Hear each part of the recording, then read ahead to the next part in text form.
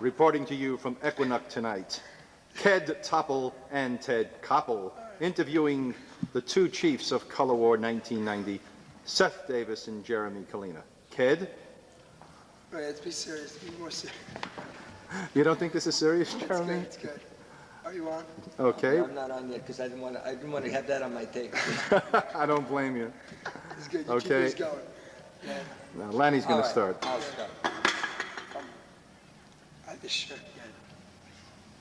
All right, here we are on the evening after the close of the 1990 Color War, and we didn't get to do a Nightline interview last night. So first, let's review the day's events. I guess we ended yesterday with Gray slightly ahead. Is that right? Ended yesterday with Gray ahead by 16 after the upper senior game. Right. Well, let's talk about the upper senior game first. You guys were opposite coaches.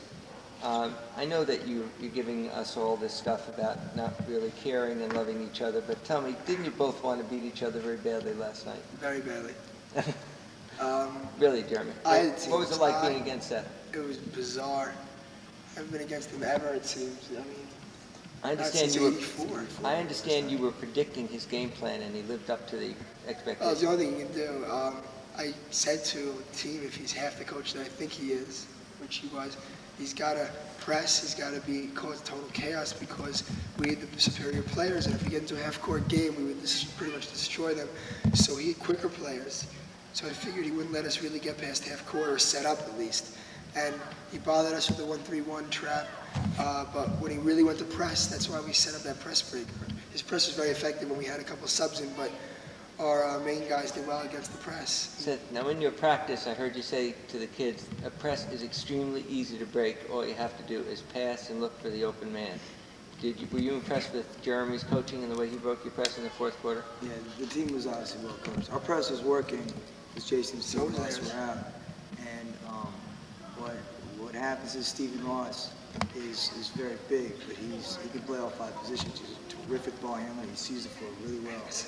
I mean, the kid had 26 points, but that doesn't surprise me. That's pretty much what I would have predicted for him. In fact, I told Watt he probably had between 20 and 25. But he hurt us with his passing. And so, they really had the teams, and they played well, so they deserve to win. Okay, you came into this morning having lost the senior game, Seth, and now you're back to being chief after being coach. Tell me what you did to get the kids out of being somewhat upset about losing that game and get them back revved up for the morning's events, and then tell us what happened in the morning. Well, I'm not really sure how upset they were. I think that our upper seniors were really good after the game, which Cameron will get to. Our upper seniors were very good after the game. A lot of times when you lose the game, you worry about kids flying all over the place. And, remember this one, and me. So, but that wasn't the case last night because they basically understood. I think the team understood that we just went up against a better team who was playing really well, and our team was chilling throughout. So I think it was just a question of everyone was really excited this morning because it was very exciting. You come into the third morning, it's a 15-point spread. You come into the afternoon, what was it, 10? It was 20-point spread. So it was just very exciting. Color War. So I think that people Actually, before the afternoon start, you lost Gray, Gray Lake lost hockey the morning. game. That was the morning. The morning Red won upper senior hockey. And so that made 5 points behind by that. Right, that was in the morning because, it started off that he was up 15 after the game. We won that quick hockey game to go up 5. Went from there. In the afternoon, though, the insane thing was that had the juniors won the hockey game and they were winning 1-0 with 3 minutes left, obviously his kids came back. Had Red won the junior hockey game, it would have came down to that softball game. Which is one of the great comebacks I've ever seen. But then again, had the kids known that, like at that point, they kind of knew we were out of it. I don't know. So they were it would losing. have happened exactly the same way. So it's not. I don't want to jump the gun as far as it would have been dramatic. We won Color War like that. I mean, we might not have, but either way, I'm glad it finished like that. It went out with a bang. That softball game was unbelievable. I mean, it was obviously a little bit more unbelievable for me than him. But bottom line is, I won the game, he won the war, but I really don't feel like I lost. I cried a little on my father's shoulder. And sad. I'm like, oh, I lost. And he's like, well, Seth won. And I'm like, oh, yeah. Like, so, I don't know. So I stopped crying Seth, until the final speech. we'll get to that in a second. Seth, I want to ask you, there was one, and you too, Jeremy, there was one turning point morning, I believe, or afternoon, where Gray swept and gained, what was it, 100 points in one morning? We won that afternoon. We won the second afternoon by about After Big. after the Beckman speech. How much of a factor of that use of the doll and that I can't believe session a you- doll was used in my color war, by the way. It's not Well, your fault. There was a noticeable change in the spirit of the great team right after that Beckman speech. Well, I think, I'll tell you the truth, I think that got a lot more attention than it needed to, because there's not necessarily a connection between that and the fact that we had a big afternoon. You know, Bernie always talks about his comeback, and it's a legendary story how they were down, and he told his team that they weren't part of the family because they weren't acting like a family, and then they went out the third morning and they won big. He gets up in the mess hall with the war tide, he says, welcome to the family, and they swept the afternoon. It was a big win in color war. And, you know, Bernie even says that it's just so much luck involved in coincidence. I mean, yeah, the kids are riled up, but that doesn't necessarily translate into a win in activities. Well, Joe Gibbs just says was- it gives you a psychological. Well, I mean, it was good. It made it more fun. It was good timing because the kids, we tried to use what Mark did to our advantage. I thought what he did was very good. It was funny. It was, you know, it was very good. And our kids got mad, and it was something that we could keep referring to try to keep them angry. But I don't think it's necessarily to say that was a turn point. You wait your whole life for something, and you lose because of this. Jeremy, what is that, by the way? It's the leg, I believe it's definitely leg. Well, I'm glad that you've defined what it is at this point in time, because from a distance, it doesn't look like a A leg. leg of a doll. It is a doll's leg in his pocket, For and the he is record- glad to see you. Thank I you. thought it was an anatomically correct doll. Oh, the delayed reaction. Well, I missed that completely. What? I said I thought it was an anatomically For correct the doll. record, if it's the year like Dan 2020, Quayle would if know it's the that. year 2020 and you're watching this now, wherever you are, Mark Beckman made a speech in which he made fun of a family, like two babies and a mother, and he ripped one baby's head off, and then with a fork, he violently stabbed the other doll. Stab the doll's eyes. Stabbed his Fork eyes in the out. eyes. Like, I mean. We understand. So, Seth used this as a reverse psychology type deal, and you know, it either worked or they happened to have those events that day. I'm just glad that the flips worked out the way they did, because I mean the war was never totally off the subject, but the war was never more than 40 or 50 point lead. It seemed, right? Which I don't think has ever happened. Like before the war, I was talking to Richie Kenwood. I wanted to prepare a down 100 speech or an up 100 speech, and he said, "Go ahead, prepare one." You know, kids are always down in the dumps, we're going to lose, or like, oh my God, they're all cocky and confident. Everyone was kind of like, are we winning or losing the whole war? I mean, not that that's bad, but like, no one was really upset the whole time. Everyone like thought they had a chance. You know, no matter, even if kids won 1 out of 6 sports, you know, they always knew they had a chance. Everyone, the whole time. Did either of you feel that you were under less pressure than you would have been had you been the chief against someone who wasn't you, your friend, your best friend? I think there was more pressure just because of the circumstances this year. And, you know, just because, you know, we built it up. Just a little bit. We've lobbied the whole deal, very political about the whole thing. And, you know, we looked at the Low Greenberg War in '87, and everyone raved about that, and that was probably the best war of the decade. So now we were the best war of the decade, and the decade hasn't even really begun. This was definitely the best war of the 90s, I think. What, Yeah, since the '90s, it's the best war. what part did your friendship play in the way you handled your teams? It's hard to say. I think that's something that everybody just kind of knew was there the entire time. It wasn't something throughout the war that was brought about by us. I mean, we're obviously very good friends, but we're very competitive. And, you know, so Steven and people were making mention of that, but we really we didn't want that to be the case during the war. We wanted that to be a war. Tonight, at the speeches and the closing ceremonies and everything like that, the same.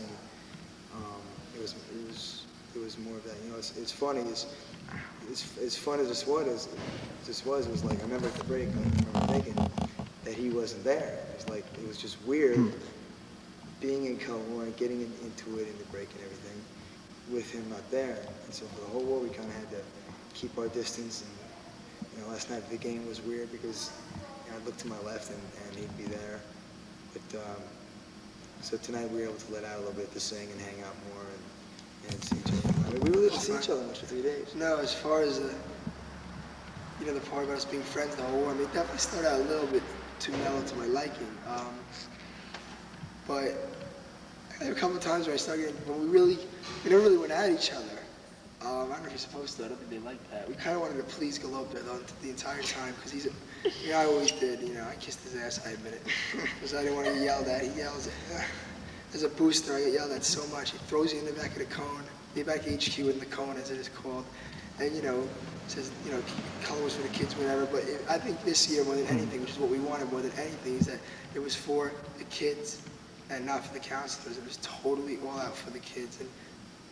But Time out.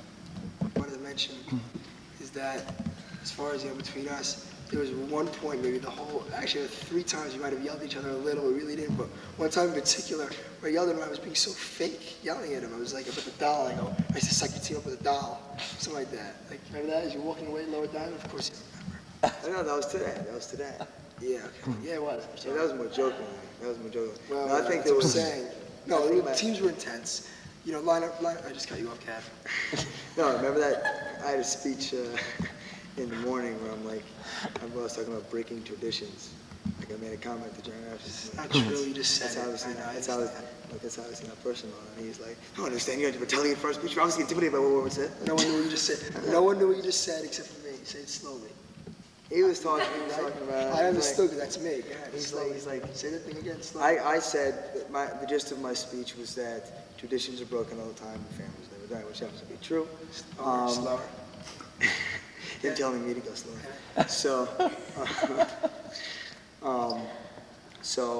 And this was after Keith Wortman talked about how families, once families are gone, they're gone, and traditions never end. So I was basically reversing what he You said. just said the same things in So different so ways. afterwards, I said I didn't really want to get into a name war because it's silly. I mean, these were 2 really, really good names. Okay. Although I do have a nice little pattern. 2 raccoons crawling into the social. Oh, Everybody Jesus Christ. He left. You're going